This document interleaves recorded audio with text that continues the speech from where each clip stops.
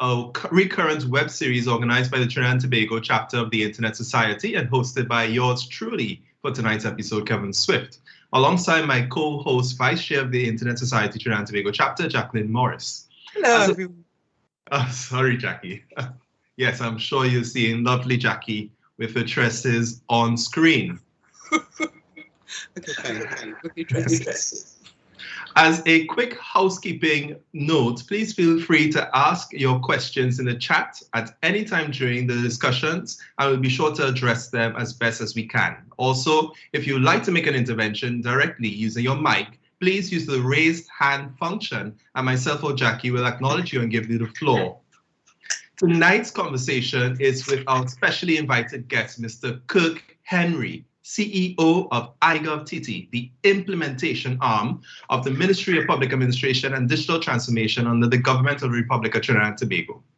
Kirk will be sharing his first-hand experience with digital transformation initiatives in Trinidad and Tobago and the country's regional positioning in the internet economy.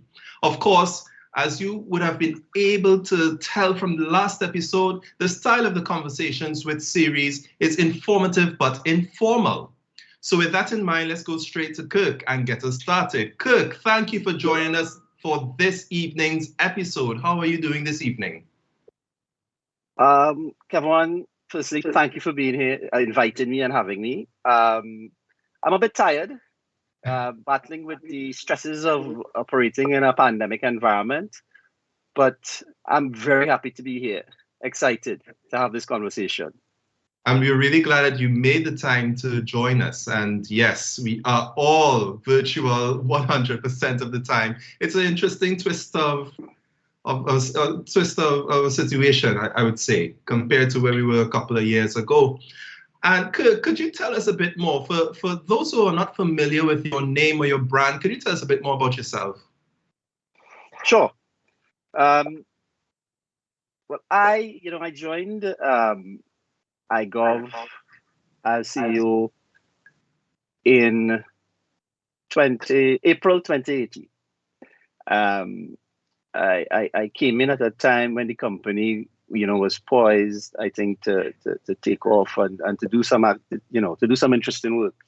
Prior to that, I spent a lot of my time in the financial sector, operating primarily in corporate IT, running IT departments. Operating as CIO predominantly. You said we keeping it informal.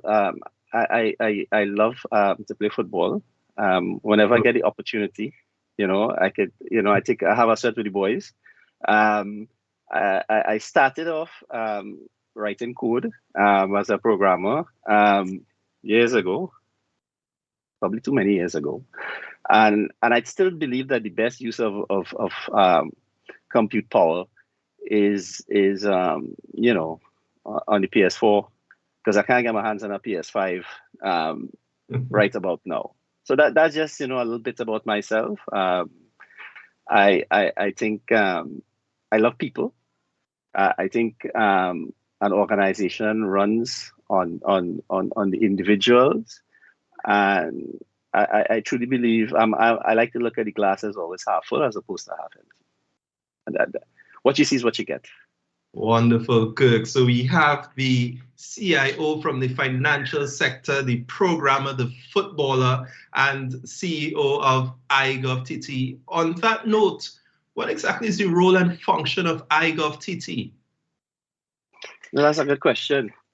I remember asking myself that when I was approached about the position at iGov, what is this company about? So I'll give you a brief history and then lead into the question. So around, I believe, 2009, 2010, thereabouts, iGovTT was born. It came out of a ministry. I think it was the Ministry of Science and Technology, and that morphed into the Ministry of Public. It ended up in the Ministry of Public Admin, but it was a division, a part of a ministry, and it was born out of a government decision to create an entity, a state enterprise, to support the implementation of government policy as it relates to ICT. So iGov, and there's a misconception that is pervasive. iGov is not really about creating policy. We support, we collaborate with, we contribute to, but we really are focused on some specific foundational things. One of them, foundational services, shared services, things like infrastructure, some core services like, we have a TT Connect portal, providing services in support of procurement, IT procurement activities, advisories, little advisory services, specialized services. So in the corporate world, we consider almost like a group IT responsible for specific things.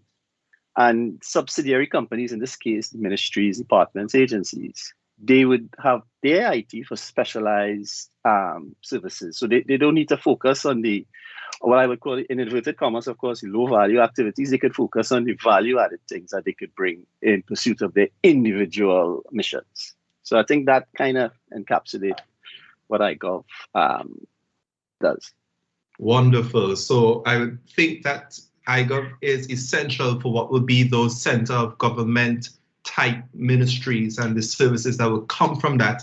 And you had mentioned iGov providing foundational services or core services, and I could only imagine that this has become extremely prominent during this current time, during the pandemic. So could you tell us a bit more about iGov reacting in the pandemic to support this sudden virtualization? Everyone uses the word pivot, but how did iGov really support all of that for the government? Kevon, that's a good question, because when I look back, I was having a conversation earlier with a colleague, and this pandemic, when it started and when it really hit home to us in Trinidad, I think it was March. I think it was just around the start of March in 2020. And around December, if you recall, you would have been seeing little stories on the news media and the cable news. You'd be seeing CNN talking about this strange virus in Wuhan and this wet market. You saw it on BBC. You saw it on all the outlets. Now, one of the things that we were just engaged in as a company was we were embedding an enterprise risk management framework. But this is pure management, doing risk, minding our business as a company internally. And I remember looking at it and saying to myself, what would happen if this thing evolved, grew? If it does, it would probably end up in the Caribbean. And now I am a sci-fi fan, and I remember thinking Walking Dead, right? So I just putting that out there. And I said to the team, to the guys, I said, guys, we need to do some scenario planning here. And what will happen if this thing morphs and reaches our part of the world? And it was from there we formed a team and we started to plan. So we did some internal work, because we felt as a company we need to prepare ourselves, because a lot of other organizations depend on us. So if we were not able to function, it will be our lack or inability to execute will be amplified, because it will be felt in other downstream activities. And at the time, we said we needed to focus on a couple of things. Some of the core infrastructure, that's like the GovNet, our network that we host, where we host the exchange services, a whole host of technical things. The technical guys could talk about that. The enterprise collaboration, because we need to be able to talk to each other to be able to execute and to perform and to, And when we say collaboration, we're talking internal collaboration, as well as collaboration with our various stakeholders. So we have citizens because we have TT Connect, and we have ministries, departments, and agencies. So then we said, when we saw that, we started the plan in December.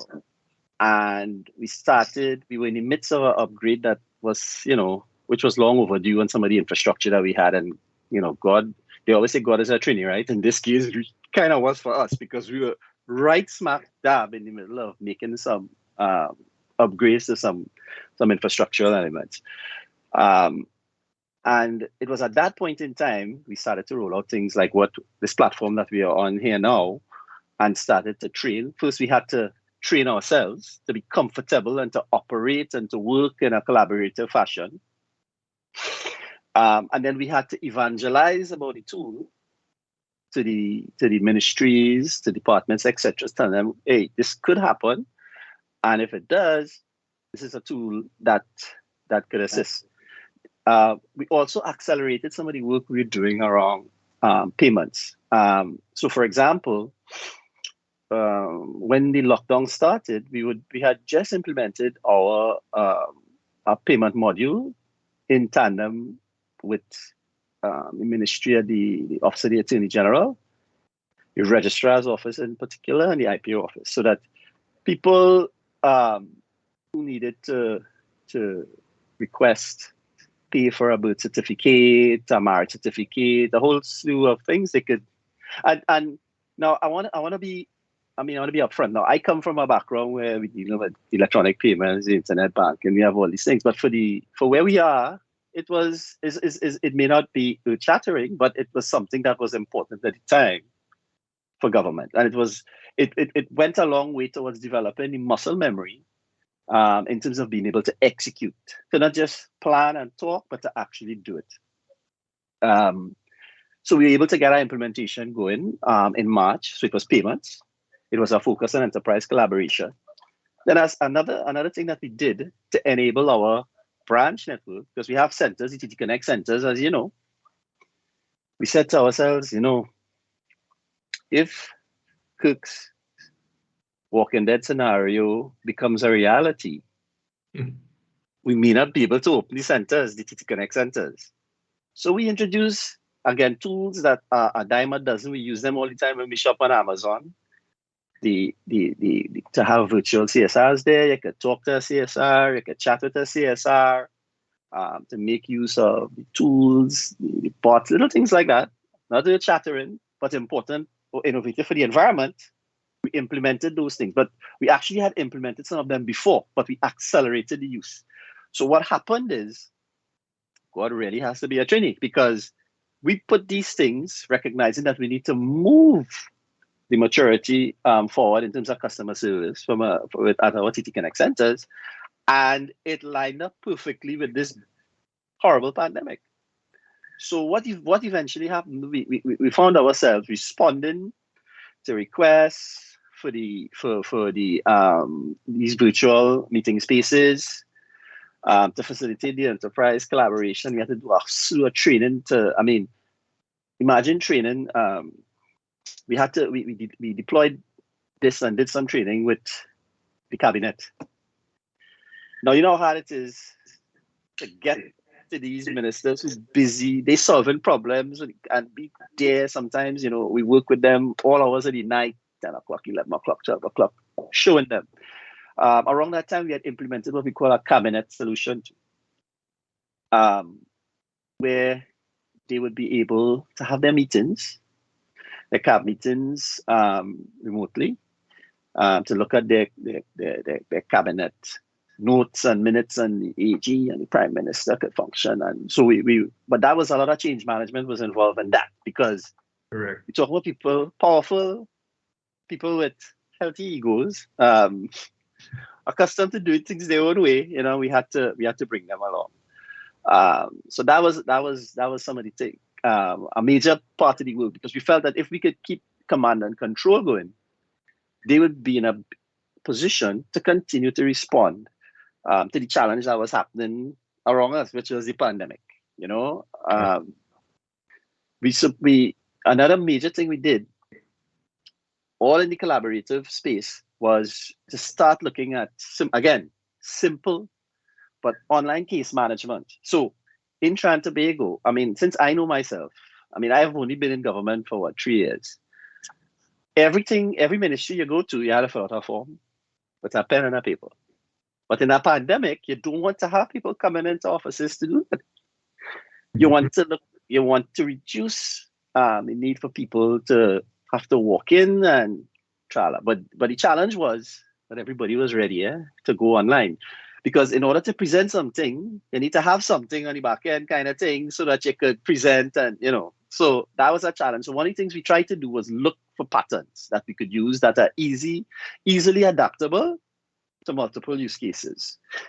So we did something for the travel exemption. That was a form, and it goes through a process and you can have visibility of it, we assisted social bev and creating those simple things that everybody else in every other part of the world use it, but we didn't have it. And we were developing. So those are some of the things that we did. And from an internal perspective, I think the period for us as an organization was great. I mean, it was difficult, but we formed some connections. The team gelled. We didn't get it right all the time. But when we got it wrong, we went at it again and we were able to impact. We assisted the Equal Opportunity Tribunal. I mean, I literally would have to sit and think to answer some of the all that we did. But I want to qualify by saying there's still a lot more that we need to do. And because we still Sorry, go ahead. I wanted to actually get to that point that you're now making here. And I think one of the things that is very useful, I think in the very short space of time, you've shown that you've made some serious inroads in e-government, especially at the back end part. You're confronting traditional public sector culture and having this very huge shift within the circumstances to get things digital. I mean, for us, the citizens, we would be pleased to be able to do all our services and legal affairs with just a couple of clicks. And I think the reality would be that this is what we look forward to for the long term. Is there a distinction between what would have been short-term pivot strategies and more long-term type developments, medium to long-term advances? Oh, yeah. So that's a fantastic question, Kevon. And the reality is, given where we were from, if you think in terms of maturity, and it's well known, we probably are, we are level 1. We are now entering into this space as a region, I would say. There were those who may disagree, but I mean, when you're at the lowest level, all you can go, the only place to go is up, right? And I think there's an opportunity. So what my philosophy and what the company attempted to do was to recognize that, listen, there's some things that we should probably have had in place before. But the reality is there are some things that we could look to do in the very short term, which will serve to bridge the gap and to also treat with some of the risk associated with the particular time we found ourselves in. So I mentioned the payments.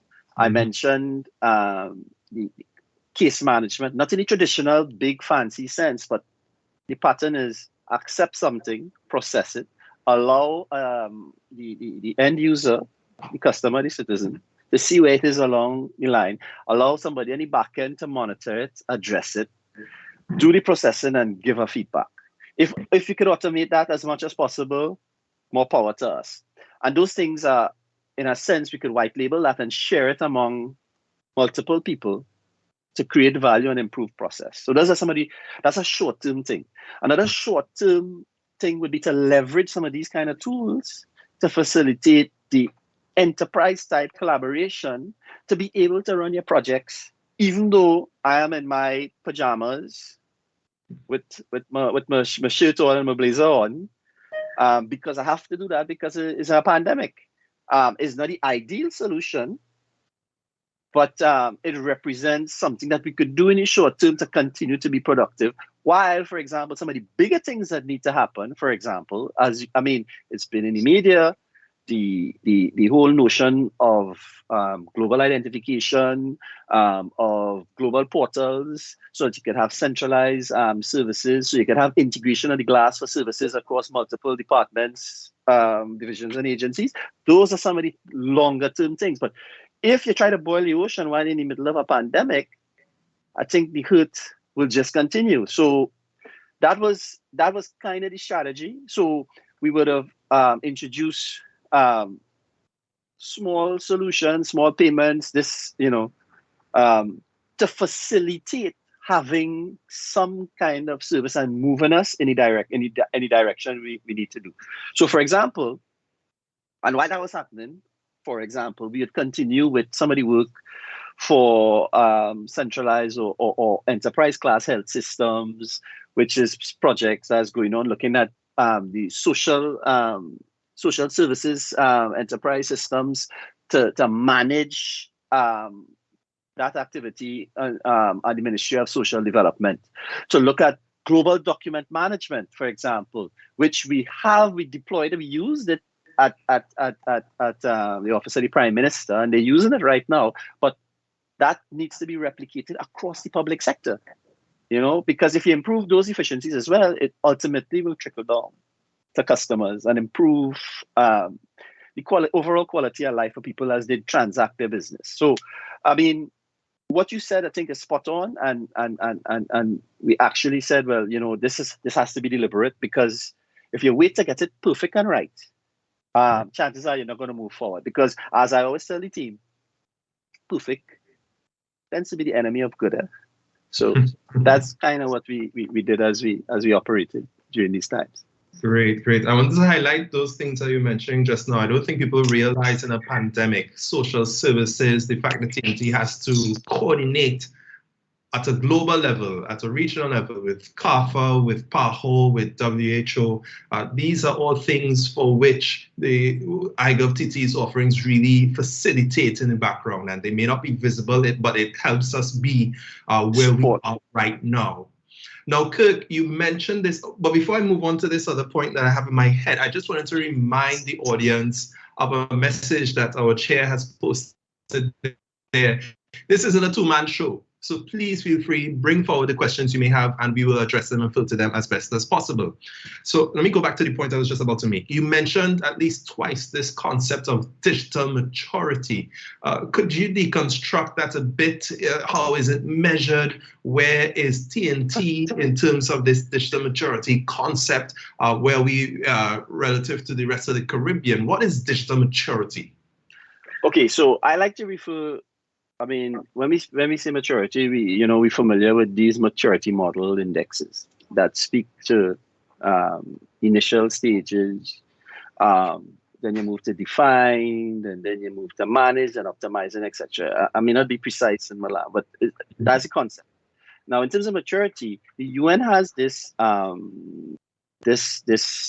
scale from 1 to 4. Or 5, if memory fails. I hope my memory not failing me. But at level 1, you're talking about those regions or those governments who are now coming online and bringing services online. And then you could go all the way to the top, where you're starting to talk about some of those Scandinavian countries, and the Estonia is about 4. Estonia is popular, that's the buzzword. And then there's to the top there, where they have data, open data. They have ecosystems where you have developers who could access data to create services in partnership with the government, and the holy grail, or I like to call it pink unicorn of shared services being published, available across an environment. That's what we want to get to. Yeah, and we want to get to the state of like the Estonias of the world, which everybody likes to talk about, but the reality is we are where we are. And those indexes of the UN not only looks at where we are in terms of systems and availability to customers, but it also looks at the infrastructure that exists in the region, the connectivity, the use of mobile devices, and a whole host of supporting elements. So as a region, I remember when I first joined iGov, I said, I remember doing a presentation. I said, we were at level 1. And that was in October 2018, I remember when I looked at it. Now there's some more reports coming out. But at the end of the day, the reality is intuitively, we are really at the beginning stages. Because, I mean, even if you look at the private sector, what you would have seen is that, for example, I was so thrilled to be able to sit at my workstation and order my groceries, my Price Smart stuff.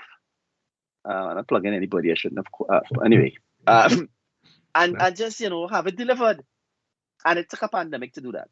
So I mean, so the technology is there, but the level where we are, or where we are currently, is really at nascent. We are the initial stages, and we have to work to move up the rungs of that ladder to where we want to be. And this is where I think this whole notion of transformation, this digital transformation that everybody speaks about, which is, I think, a fantastic thing for the country to be focused on, is where that comes in. But I just want to make the point. Saw that message. To move, to make the distinction between digitizing and becoming more digital in the way, of course, in the way we operate. Yeah. Of course. Right. Thank you so much. And Kirk, I have so many things again to ask you on that point, but I do recognize Jackie. Hi. There's a question from Marvin Thomas. Marvin, if you want to unmute yourself, you can ask a question. Sure. Good day. Good day, folks. Good day, Kirk. Hi, Marvin. Good day, sir. How you doing? Good. Question for you. In terms of the roadmap for iGov, right? And so like, can you elaborate in terms of what that roadmap in terms of technology is going to look like within the years to come? And my interest as well is trying to figure out if, from a strategic point of view, if you guys would be looking at building a private cloud and doing some sort of exchange with the various Caribbean islands and networking information between all of those islands to build a backbone of, information that could translate into AI technology, etc., within the future. Okay. Wow. That is a good question. Thanks, Marvin. Let me try. And I'll start with our strategic plan. We recently went into a period of planning, of strategic planning, and I want to make the distinction between what iGov does and the link with the policy that we are guided by. So, as I may have mentioned, Marvin, that we are guided by policy set by ministry, by the government. We are guided by government policy. We contribute, we advise, we suggest, etc. But ultimately, we're guided by the policymakers. And that being said, there is a national ICT plan which guides our activities. Now, to give life to that, we would have developed a strategic plan to align our activities with the stated objectives of our key stakeholder, which is the government. And right now, there's a focus on transformational activities. And out of necessity, as an organization, we have to also undergo a bit of a transformation if we are to effectively function and deliver in this, and to contribute to that overall objective.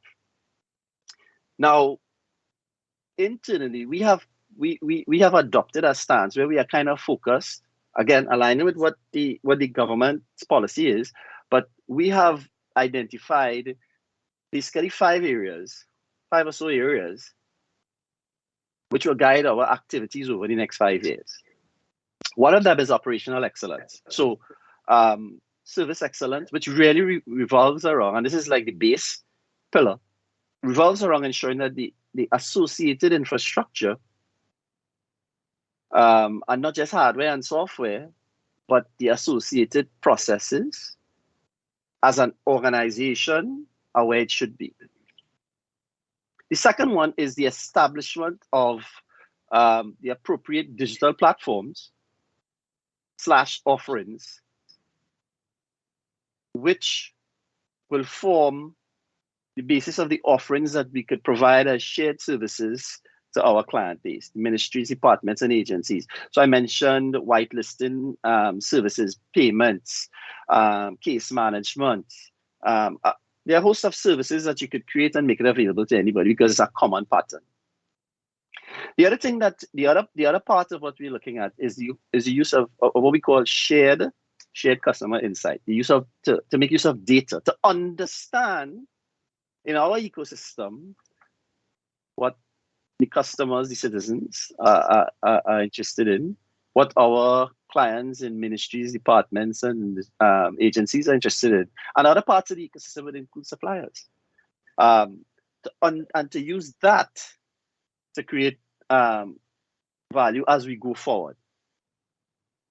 The fourth element revolves around the appropriate accountability framework. Because if you're talking transformation, we cannot now. We need to ensure now. Traditionally, an organization would do a strategic plan and then organize around the strategic plan. But the reality is, we live in a time where things change so rapidly, very, very rapidly. The other thing that happens traditionally is that decisions go up a chain, take some time to go up, and then it takes some time to come back down. But the reality is nowadays, things are changing in such a rapid fashion. We have a new type of worker, knowledge workers, who are accustomed to having information at their fingertips. The days of appointment TV and things gone. So the mindset has to change in order to be able to respond to a rapidly changing environment. So the framework, the accountability framework / governance model that we use internally has to be adjusted to give life and to be able to respond in these times. And finally, building out what we call our partner ecosystem. We are iGov. We're not a huge organization with infinite resources. We have a lot of players in the market locally who we need to form partnerships with, not just to create solutions, but to also develop this thing which we call innovation, to develop ecosystems where we have my developers working with academia, working with private sector, working with the media, working with government, so that we could maximize on the value we create in that space to create new and to change. Because if we don't do that, we become stale. So that is the basis of our strategic plan map as we move forward. Now, the other part that you asked about was the use, or to create, for example, they say a backbone going up the region. Now, that is, I know for a fact that is something that is being discussed at the CARICOM level through the ICT 4D. I hope I said it right, but the leadership in the Caribbean, we have ICT ministers, you have ministerial committees actually involved in looking at that. And I definitely think that is the direction as a region. This is just Kirk speaking here now, that we have to go. We are 6 million in a 7 billion world. So we have to look for opportunities to leverage. So when I build something, or I have a solution, or I have capability, the ability to share it around the region, I think, is a natural progression. But it has to start with us being able to do that even right now as a government. And that is, if you listen to the Ministry of Public Admin and Digital Transformation, you hear they talk about interoperability, all the time, which implies reuse and sharing of services across the environment. So I hope that answers your question, Marvin. All right. Thank you, Marvin. Thank you, Kirk, for those explanations. And that very point you were talking about, having this backbone that goes up the island, I think that is a really good concept. Just last week, we had new Secretary General for the CTU, Ronnie Taylor, speaking about in his mandate, he would like to encourage more solutions sharing from one island to the other. So, and the context is there. We have right now in this year, besides the pandemic, natural disasters, St. Vincent and Grenadines who have been undergoing volcanic eruption. So there's no need to search really far for a business case. It is there, it is in front of us. Definitely. So Kirk, you were talking about the 5 strategic areas supporting the National ICT Plan, and you mentioned along, I think, throughout the whole evening. Sorry. Yes, Kevon, just a slight correction, not the National ICT Plan. This is iGov's strategic plan. iGov strategic plan. Thank you. Yes. iGov strategic plan. One of the recurrent issues you mentioned, I mean, earlier on, you wanted to make sure we had the distinction between what was digitization and digital transformation. And on the side of digital transformation, if I were to reframe this a bit, I would think that we are talking a lot about technology. We need to have these processes re-engineered, which is very obvious, especially with how people do things. And people are part of the transformation, and with people come culture. What are your views on that? The people aspect, the cultural aspect, and cultural change for digital transformation? I think that really is the heart of the problem that we have right now. I think that is the most critical issue that we need to address. Now, I in passing, I would have mentioned perfect being the enemy of good. And I mean, and I think I want to build on that. I remember sitting on a panel with a colleague, the principal of Howard, I forget his name, he went to school, went St. Mary's, good guy. I don't know if you recall his name. Fails me, I apologize. But Fredericks, yes, Wayne. And what he said, at Howard, he had to change the environment to facilitate an environment where it was okay to experiment and to do and to fail and to come back again and to learn from the failures and to move forward. To encourage the entrepreneurship and the risk taking, believe it or not. And I think in my experience coming into the state enterprise and to the public, this is my first foray in government. That was something that struck me, where there was a fear of risk taking, the willingness to step out and be different as and not maintain the status quo. I think those are some of the things that I think in the organization, and especially at iGov, is something that we pushed. Now, I'm fortunate to have a group around me, a board that is very, and I hope I'm not putting them into trouble by saying this, but very progressive and believe in contemporary approaches to managing. That being said, so for example, we would have took a step into remote work a year, basically the August. Do you recall the great earthquake in Trinidad when we had this major earthquake that freaked me out because I am terrified of those things. And we were able, around that time we had implemented a work from home arrangement. It was a pilot program. Mm-hmm. And we were able to not skip a beat, building on that and to continue to operate, even though our building had cracks here and there, we were able to continue to function. And it was because the board was willing to say, hey, okay, let's do this, because we are knowledge workers. We have the equipment. We could do it. Let's put this into place, because again, we have a young team. We have young families, etc. And our interest is on delivery, as opposed to checking to see when our knowledge workers clock in and clock out. So some of those subtle things, I think in the public sector, I think those are some of the things that that we need to encourage. And I would also say that the trope about the public sector is not always true, because or factual. I have worked with some of the very best people that I have had the pleasure to work alongside in my career. Very talented, very skillful people. And I think if we could start changing the mindset, I think it will go a long way to achieving the transformation, because the transformation is it's not about the ERP systems and the digital things, the digitizing of solutions. It's about creating new offerings, creating new value by virtue of your processes, your components, use of the technology in different ways. Everything that Uber did wasn't new technology. The taxi drivers in New York and all, they could have implemented it in their industry, and they didn't. So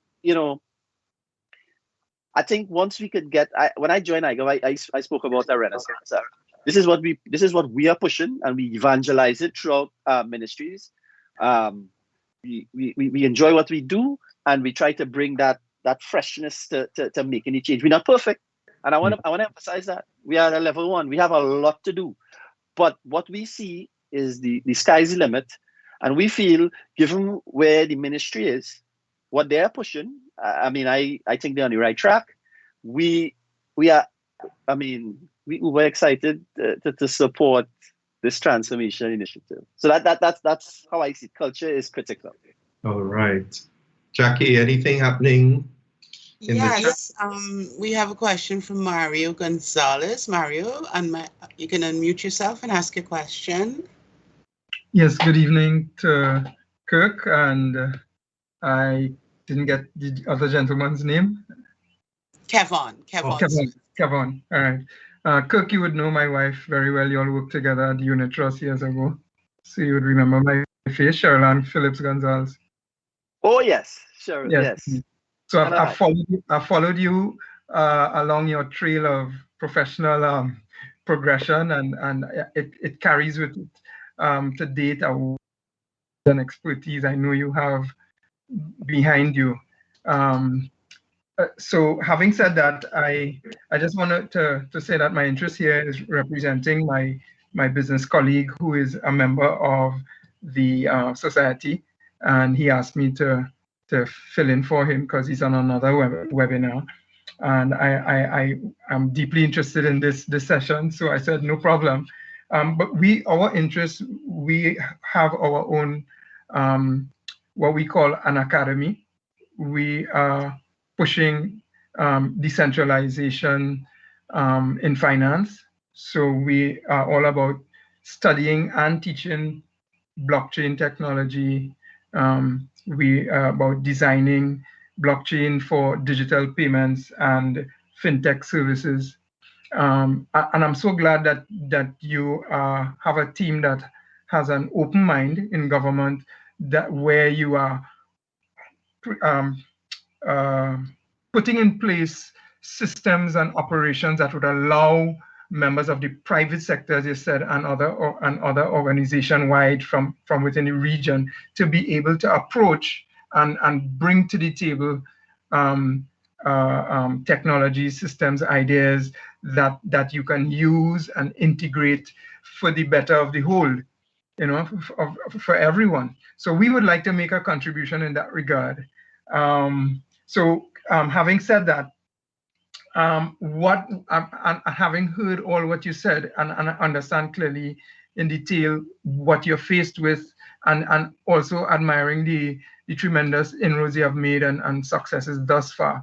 But what I'm seeing, and I need you to just verify for me, is it that what is required right now? If I want to ask you that, what you would desire most right now to make things happen faster? Because in this fast-paced world, as you were describing, work systems, workforce, and management structures in itself kind of inhibits growth in this time because things are happening so fast that we could no longer manage and strategize and plan in the way we used to. So that that in itself is an inhibition. So that the key factor here is time. And I'm thinking maybe what you would want most right now is a team just like yourself, about 10 times the size of your team right now. Would that make a difference? Or is it much more than that? Is the problem finance, financial, injection into the project and bring it to a completion? And I know there's no final completion where this technology is concerned, but to bring your projects to fruition, what is the major problem? Is it like you need a huge, because we are involved with when you're talking blockchain technology, we're talking to people who are putting out products and services out there in Europe and internationally. And what we have realized is they have huge workforces behind them, huge techies, huge workforces going on in different areas of the technology, building out, whether they're working from at home or wherever, and they're all very young people. So that is why I want to get a feel for what would work for you to really have the breakthrough, not next year, but now, right? Thank you. All right. Mario, firstly, thanks for, I remember Cheryl, fantastic. I enjoyed working with Cheryl, and I appreciate the kudos. Now, what I would want right now, tongue in cheek, is for this pandemic to end so that I can run on a trail again, and reduce, improve my mental health and well-being. Honestly, that's what I desire deep down. In terms of the bigger $1 million question you asked me there, I think it's a host of things. I think really is a host of things. I have never worked in an environment where I have had everything I needed. There are always limitations, and what we do is, you balance and you cut here, you make compromises to take you where you want to go. I think from where I sit right now, I think we're kind of in a good, and I'm being careful with what I'm saying. As a country, we have a recognition of the importance of the technology and the use of the technology to make life better for people. We have a situation where our government, the policymakers, recognize the importance of the technology. I don't know if anybody here could tell me or give an example of a time when we had that before. Ultimately, and you would see this everywhere you go, resources, whether it is the IP, the intellect to drive the thing, the hard currency to make things happen. I suppose the vision to take us. I think we have the vision part. I think we are at a stage where we are moving forward. And for me, I would like to see a continued focus. I don't want. Here's my fear. My deep fear right now. Right now, we're in a pandemic. Right now, we are forced to use technology and everybody is in vogue. My fear is that the pandemic ends. I know it's probably not going to happen, but sooner or later we will emerge. And then the importance of the use of technology and the value it brings into what we do will just disappear. And all you will hear is internet slow, or I need to, I really hope that this longing, this cry that the citizens have, I want this and I'm demanding this, continues, because it will put pressure not just on people like myself and the policymakers, but even the private sector, so that we could continue to create value using the technology. Right. Now, the other thing that I often rail about and talk about, and now this is Kirk speaking, taking off my official hat here for a minute, if I may, and is for us to understand using the technology, and it is not an end in itself, and that we have to find ways for the population at large, younger people, our children, etc., to be able to participate in the economy in a way, in the digital economy, using the skills, whether it's, I like coding. I mean, I like to encourage that, to create value so that we move from being net downloaders like me and more net uploaders, where we creating value so that we could bring in some of that valuable Forex. That was my earnest desire. And I know it's not quite the answer you're looking for, Mario, but I don't have the silver bullet answer that that I could give that would solve some of these problems. That's how I would want to leave it. Right. Just as a quick reminder to everyone, we have just about 10 minutes remaining, so be sure to send in your final questions and comments, and we will filter them as best as we can. I wanted to piggyback off of the last intervention that you made there, Kirk. And this is not an often spoken sentence. One of the benefits of the pandemic is the heightened sensitization that we have around digital issues, especially among the public sector stakeholders, private sector as well. And we could hope that we can really leverage this to look towards more long-term inroads in the global internet economy. I wanted to go back to this whole idea of training, because you've done a lot. You've trained the public sector. There's been this massive rollout. I want to touch on digital divide. What is a digital divide? What does it look like now? I think we're way past the idea of haves and have-nots. I think it's more about us being able to participate, and as you just mentioned, not download culture, but more upload culture, and being able to have a good footing to participate on a global level. So could you tell us a bit more about your reflections on that, and what either iGovTT or others might be doing to solve this divide? Because it's not just having technology. I think we all have technology right now, whether by force or want. All right. Now, I'm going to go back to the start again to emphasize that iGov essentially operates like almost like a group IT, almost like providing foundational services. Think corporate IT, right, for government. But we are a company, and as a company, we have an interest, and our interest leans towards CSR type things that involve addressing some of the issues surrounding things like the digital divide, surrounding things like creating opportunities for young people to develop skills to potentially participate in the digital economy, right? So I would say that the government, if you look at the national development plan, it speaks to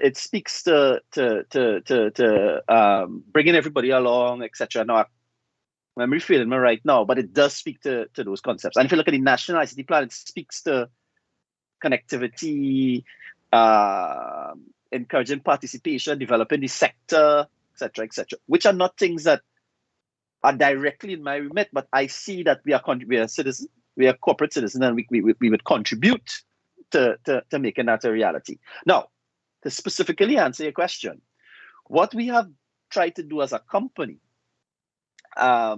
is to engage in activities to support the development of young people. So, for example, just prior to the onset of the pandemic, we would have engaged, the board would have approved a program.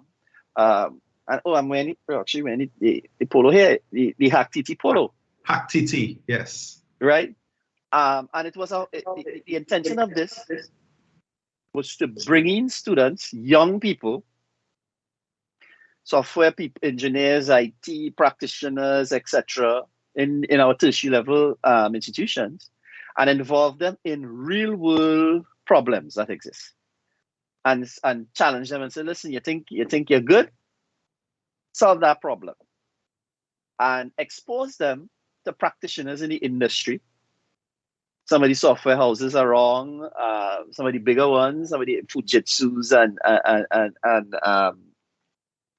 the Microsofts and the Ciscos and the Crimsons and the Telioses are wrong, and expose them to real people looking at their work and mentoring them and guiding them and talking to the users to figure out if what you're really saying makes sense. And then at the end of that, hire them. Get them a job Great. as an intern. So you said you think you're good. Come on, do it, make it happen. And then at the end of the day, use some of these solutions in the public sector. Now we have done it, and it has happened. We were a bit stymied because of this pandemic, because we wanted to have our next installment, etc. But too many other things were going on.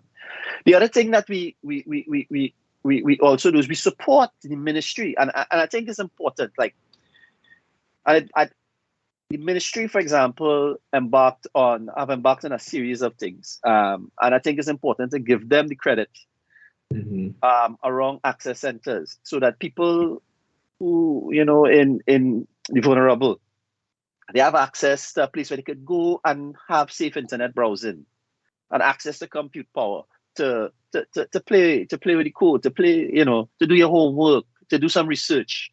They have created and more access centers, but again, the pandemic, some construction was happening to put up more in different areas, in the vulnerable areas, but the construction had to stop and slow down, and equipment was coming in, so it was impacted because it was a direct strategy to bring and expose these young people, those of us who don't have the high-speed internet at home and the internet, to give them places where they could go and safely access it. In addition, as a result of the pandemic, you've also seen the government embarking on acquisition of things like tablets and laptops. But again, you know what's going on in the world now with chip shortages and machine shortages and getting it here. But those are the things that the government, I know, are actively involved in. Now, those are point-in-time things to address a situation. And then I will add, one of the things, now this is a personal observation, I hope to be an unintended consequence. It might sound weird, it's my theory, I have no data to support it, but we have a lot of young people. Right. 2-year-olds, 2-year-olds, 3-year-olds, etc., on machines learning. Right. So we are creating a generation who are comfortable using technology, and who will be exposed to the technology, not just clicking and playing games. Yes, that will happen too. But I am actually kind of excited and hopeful to see what will happen as we move forward, 5 years, 6 years, 7 years, to see how my 2-year-old, who is sitting in a Zoom class, will treat with the technology as we move. I hope that it contributes to creating that upload culture. So that is some of the things. I ended by telling you how I feel about something, but the former was some of the activities that we are involved in, contributing to bridging that gap. Okay, thank you so much, Kirk. And I must say, this is a lot of things have been going viral, pun intended. So hackathons, these access centers, the amplification of experiential learning, I think that is very much critical. And I think we do have the environment. We can leverage the current circumstances to work on that. We have our last and final question. Yes, from Janelle Vasquez. And her question is, how do we assess value in IGovTT strategy? She had to come with a hard question. That's a toughie, I know how well we were on a panel together for ISACA for Women in IT, and she's definitely a up-and-comer. All right, so I'm gonna try, Janelle. What I'll say is, ultimately, the 30,000-foot answer is value is about improving the quality of life for our customers through the use of the technology. As we deploy it, making use of our skills and talent as an organization. Now, that's the general answer. If you delve into the strategic plan, which I don't have before me. I remember my pillars, but we would have identified some specific things in there that speaks to value creation. So when we talk about, for example, service excellence, operational excellence, there are metrics in there that we have outlined that speak to, and it's boring ones, but it's really about the use of the technology, the return on the investment associated with the infrastructural investments that we have, the failure time, mean failure times, the availability metrics. Those are some of the hard numbers that we would have around each of the pillars, because each pillar we will have some objectives which will trickle down into programs and projects that we have to run. In terms of digital offerings, Janelle, we have some targets for new systems that we want to put in place, e-services that we'd like to put in place, and we make hard targets for them. So, for example, we might say, and I wonder if I'll put myself in trouble, but we might just say I'll say that way, X amount of solutions in this space to align with the national ICT plan. So we do have, so value is about, ultimately for me, and I've always said it, is actually improving the quality of life. So I'll give you an example. Value for me was when we were able to switch on the online payment module associated with the Attorney General office, so that someone could have gotten a birth certificate, paid for a birth certificate without having to leave the house during this pandemic time. That could be one person that iGov prevented from becoming infected with the virus.